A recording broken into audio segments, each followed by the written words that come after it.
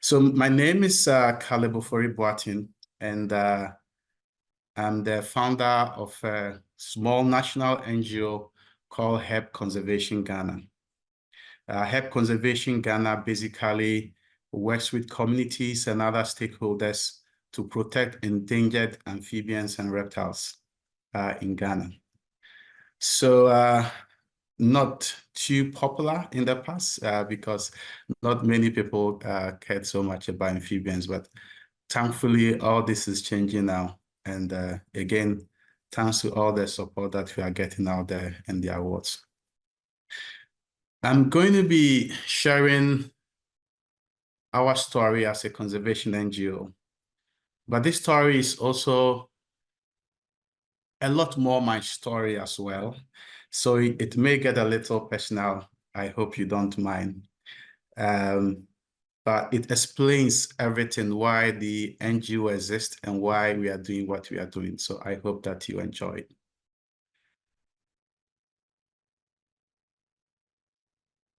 Okay, my screen is not moving fast enough. Okay, all right. So this is where I grew up. So I grew up in a national park. This is the Mole National Park in Ghana, one of the largest national parks.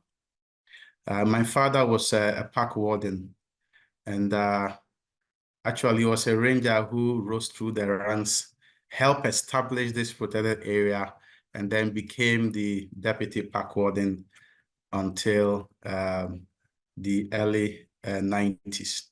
So this was just like one of what you can imagine. I'm just one of these guys running around these majestic creatures.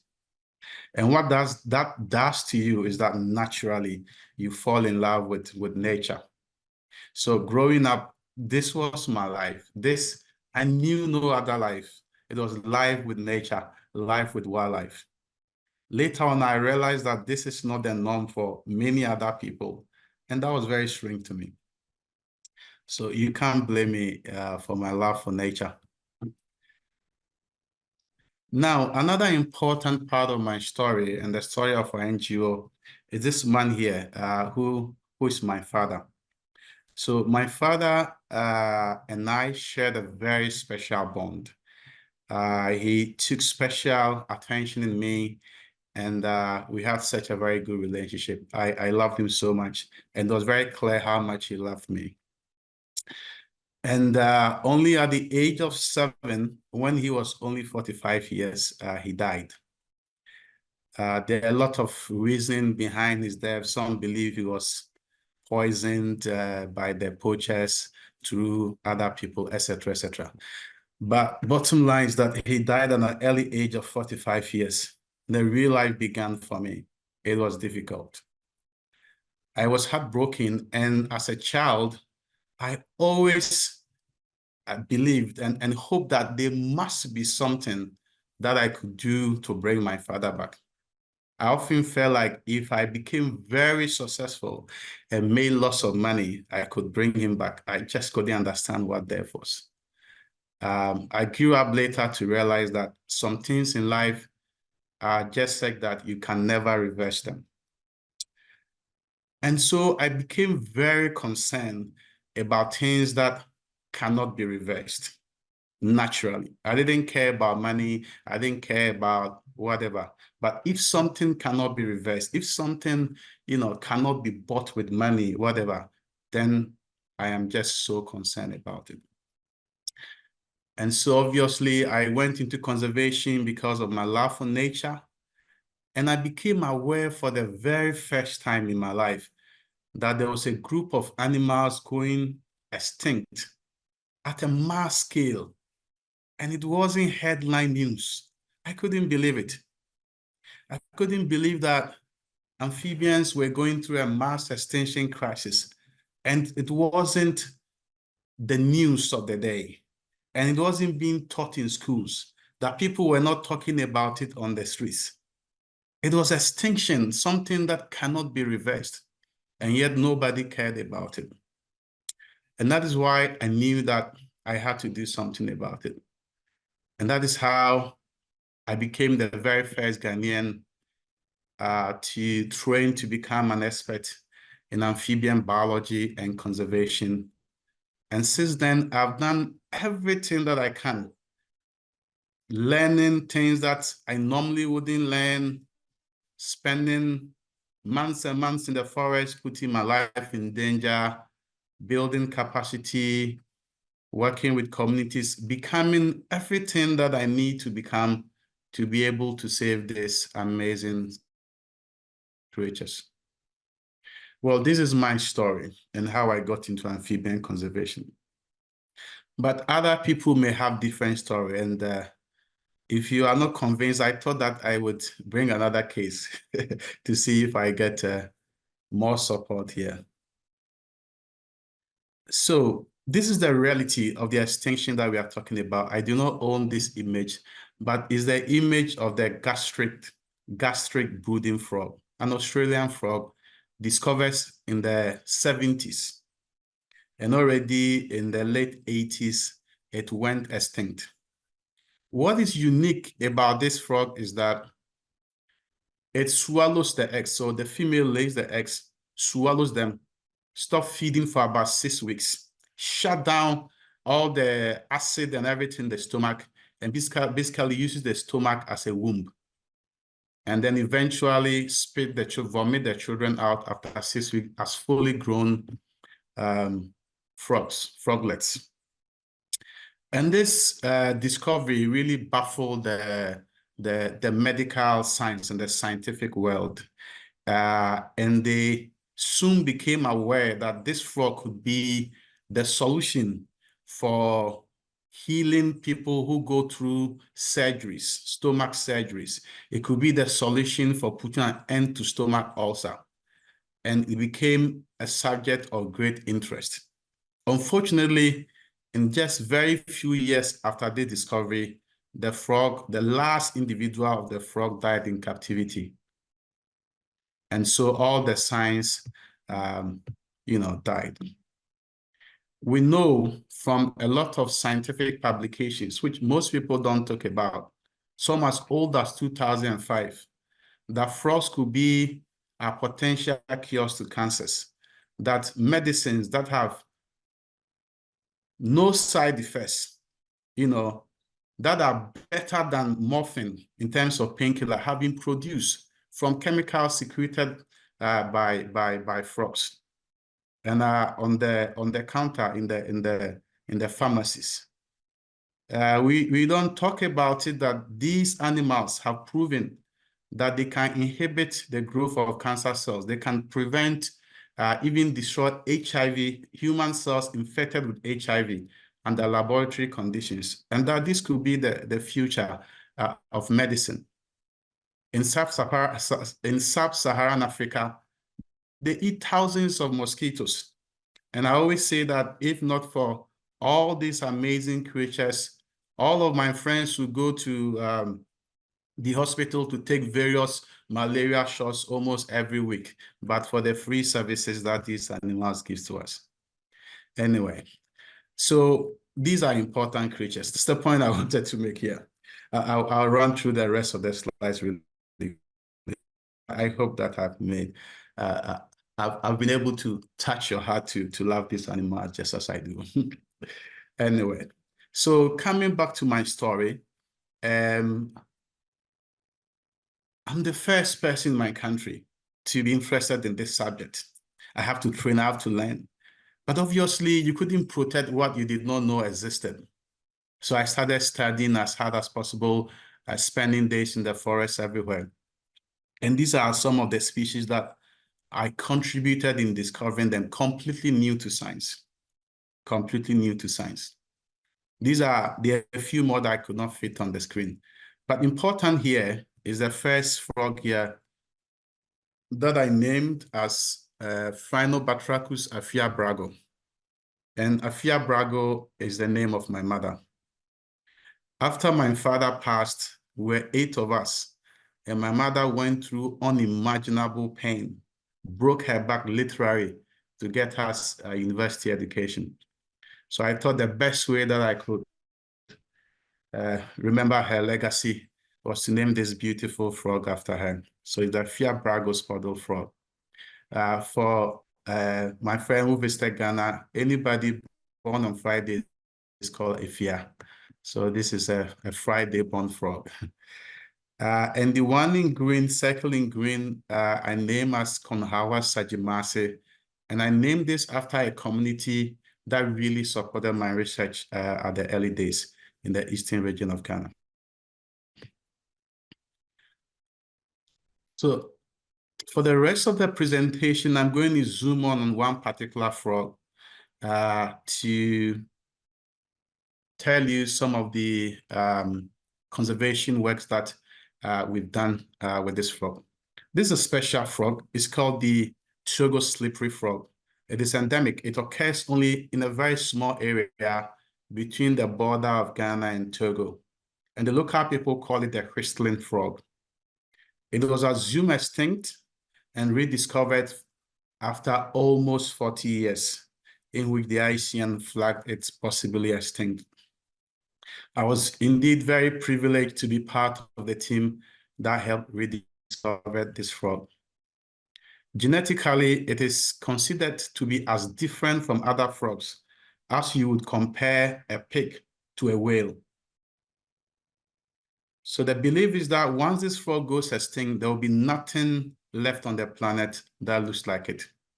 And indeed, it lives in the water like a fish, unlike other frog species. And what I love about it is this amazing whistling call, which I hope you'll be able to hear from your side. All right, it's an amazing call, please. It's a whistling call. And I'm such a bad imitator of it. So forgive me, but it's incredible. Anyway, so when we found this frog, we counted only about 114 individuals of them. And unfortunately, the local people, so you could get some images of it here. The local people hunted it and ate it as food. According to the local people, their forefathers settled in this area in the times of wars between tribes because it was very easy to get food. You could just put your pot on the fire and just go to the backyard, scoop a few, and cook your dinner. But by the time we rediscovered it, there were so few individuals that they were only accidentally caught in traps and, of course, eaten as a delicacy. So here you could see a man who had harvested a few and preparing them for his dinner. But I wanted to use this also to show that it's really a big deal in West Africa. Not everybody eats frog, but in certain tribes and certain communities, it is very huge. And we recently discovered a growing commercial trade in frog meat consumption. That some fishermen find it even more lucrative to harvest frogs than to go fishing. So you could see again, these are dry frogs being packed in boxes. And this is in northern Nigeria and being transported across various markets in Africa. So apart from human consumption, there was also the normal conversion of the frog's habitat. The frog only lives in forested waterfalls and very fast-flowing streams. And once these forests are removed and the streams become sedimented, it significantly reduces the reproductive sources. And we witnessed two populations go locally extinct as a result of a road construction that sedimented the streams. But another thing worth knowing is that these farmers also use very dangerous chemicals these days. And this is very concerning in Ghana now, that people are just buying agrochemicals very cheap from Asia, some being manufactured here, and spraying everything, killing the seed bank, killing everything. One of these chemicals called atrazine, or agrochemicals that have atrazine, is known to be able to chemically castrate frogs. So male frogs become feminized, so to speak. So the population all become females, and there's no reproduction. And I think this was in a Nature publication.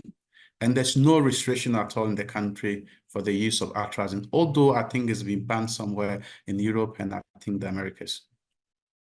And there's also the forest in this part of the country that we are working with is only restricted on top of mountains. So all the other surrounding villages and towns come for their timber from where we are working. So as you would imagine, I had inherited a very big problem.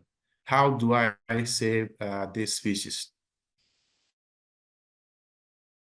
So I have to use very unorthodox methods to be able to turn things around really quickly before the species went back on the extinction list.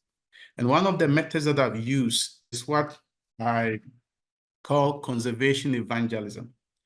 Now, conservation evangelism basically means that we try to integrate our conservation message into people's religion and interest.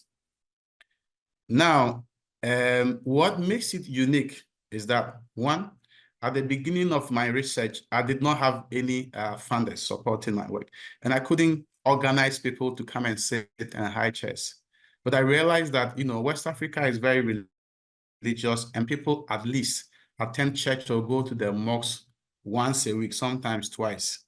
So to be able to communicate to the people, I simply obtain a talk time in either the church or the gathering of the Muslims, sometimes 30 minutes, and I'll go and be part of the service, listening to the preaching and find a way to integrate my conservation message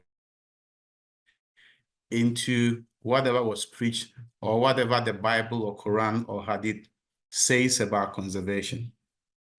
So, for example, if we said that, if the Bible said that everything that God created was good and that God put Adam and Eve in the Garden of Eden so that they will manage it and take good care of it, I would say that, well, this is what the science is saying. This is a potential cure to HIV.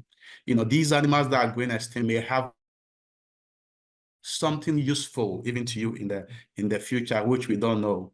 And you may be contributing to pushing it to extinction, et cetera, et cetera. I can talk more a bit about it. But the thing is that it's been so effective in working, turning things around really quickly, helping us to halt the extinction, the consumption of the species in this particular community. And another proof of its effectiveness is also the fact that this particular church where I'm standing now was the largest land donor to our project when we aimed at protecting the last remaining habitat of the species. We also decided to get the young people on the streets. And so we started again a program that I call the Peer Educator Program. And we call it in the local communities Behavior Change Champions. Behavior Change Champions. So we recruit interested people, we train them, we share our passion with them, and we let them loose on the streets and in the churches to go and talk to their friends and their loved ones. And they wear these fancy t-shirts, I love frogs, and at the back, ask me why, just to start a conversation with them and to try to, begin to engage them and educate them at the value of frogs. All this got us to this point where we had a very huge following and very huge support from the Ghana Wildlife Division, the regional ministers, the regional assembly, and the chiefs and the local people. And as a result of this huge engagement, in 2018, we were able to establish the first amphibian sanctuary, which is a legally designated regional protected area for this particular critically endangered frog. And by this time, we had significantly cut down on consumption. And I may be going ahead of myself, but the last time we estimated the population, putting into account both the sub-adults and adults, we're looking at about 700 individuals out of an initial about 114 that were estimated. So this is a map of the reserve that we have created. It's called the Onepone Endangered Species Refuge. And this is a very community-driven conservation initiative, although legally designated and supported by the government. With the support of tax and many other funders, we started with 847 acres, expanded to 2,130 acres. And now we are working again with tax and other funders to significantly expand this to about 10,000 acres. Now, the reserve does not only protect the critically endangered Togo slippery frog. These over 2,000 acres protect important watersheds for the local people, but also a lot of species such as butterflies. For instance, we found 2 new species based on genetic evidence that occur in this reserve that are completely new to science. Our colleague, who now is an associate professor Ghanaian in a US university, is working with us to describe them. We also have pangolins, about 23 mammals that we recorded with our camera traps in this reserve. This is the white-bellied pangolin. And then, of course, we have a lot of these Maxwell dikers encounters in our camera traps as well. Recently, a new species of tree hyrax was also discovered and described from the landscape.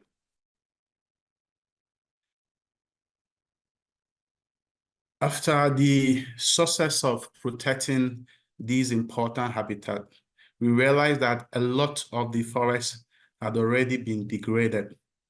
And so we've been working with the local communities to see how we can plant back and restore this threatening ecosystem. But in doing so, we have also used it to create a lot of employment, particularly for the women and the young people in their communities.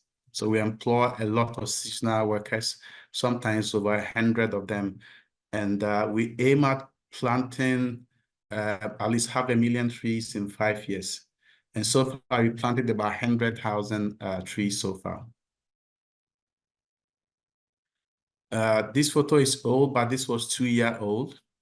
Apart from using restoration to provide employment opportunities for the local people, we also use as a means of educating the young people by giving them the opportunity to also plant some trees and be engaged in conservation. Also, some of the trees that we are planting have a lot of economic value. We tested the planting of organic apples in the backyard of the people to see whether we could use this to diversify their livelihood and dependence on the forest.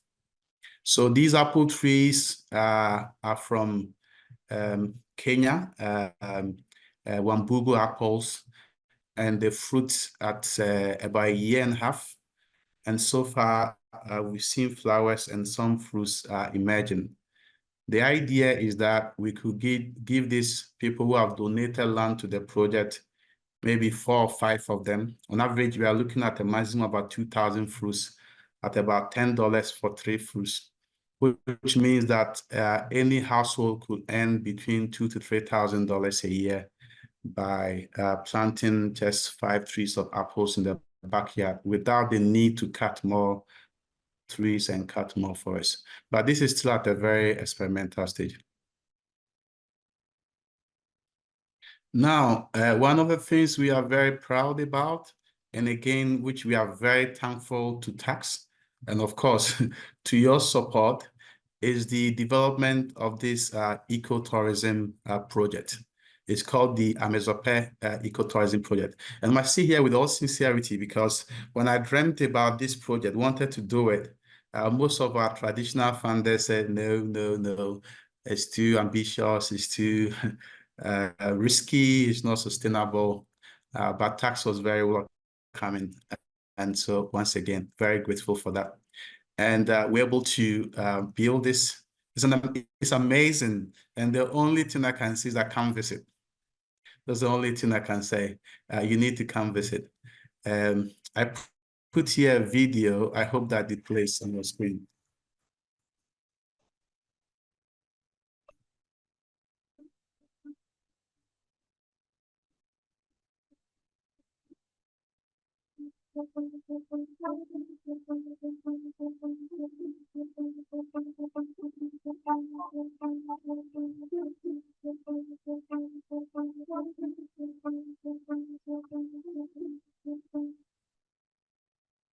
Well, I hope you enjoyed it. Please visit our Instagram page, which I will share, and experience more videos, and hopefully come and visit. So this is the Instagram page, and this is a big deal because it is really changing the local economy.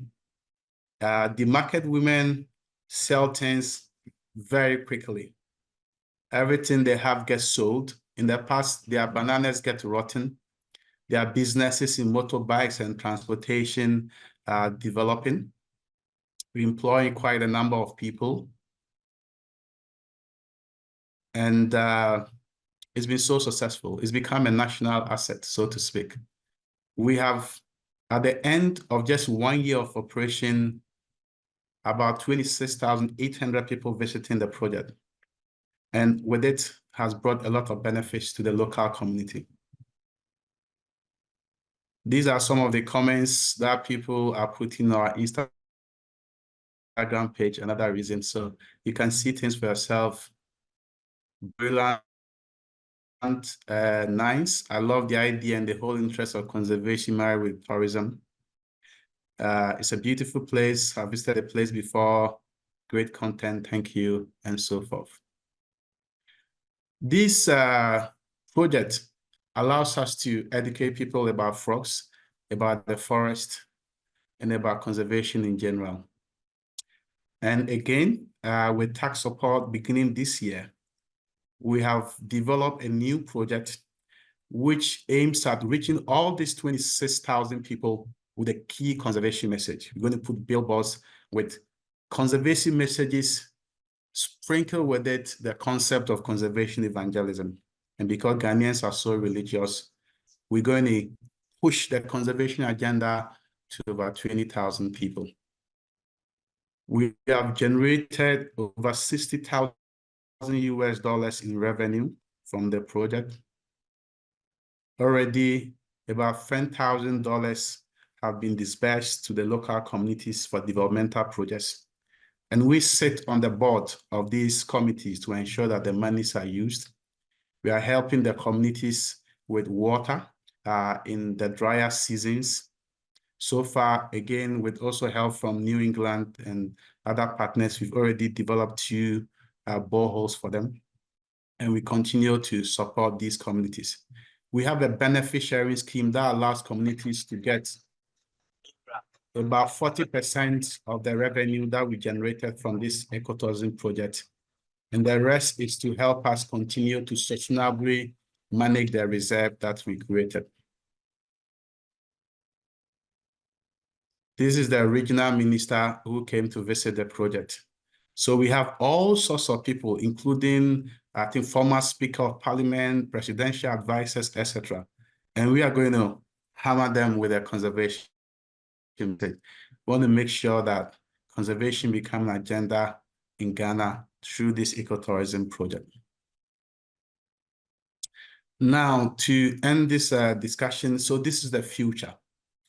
With this year's funding that we have with tax, and hoping to leverage additional from our other partners, we're going to expand the reserve from the 2,000 to 10,000 acres and develop other low-impact ecotourism infrastructure and guarantee that the Togo slippery frog and all the other threatening species that live here will be here for many, many years to come. We also want to replicate this project in other reserves, particularly in the Ankasa Conservation Area, where only about 25 individuals of these species are known to occur. And this is the only place they occur in the world. No one cares about them, but we're going to make them popular, we're going to make them famous, we're going to make sure that they are top on the agenda. And with all of you, your help, I'm sure that we'll be able to do this. So again, thank you in advance.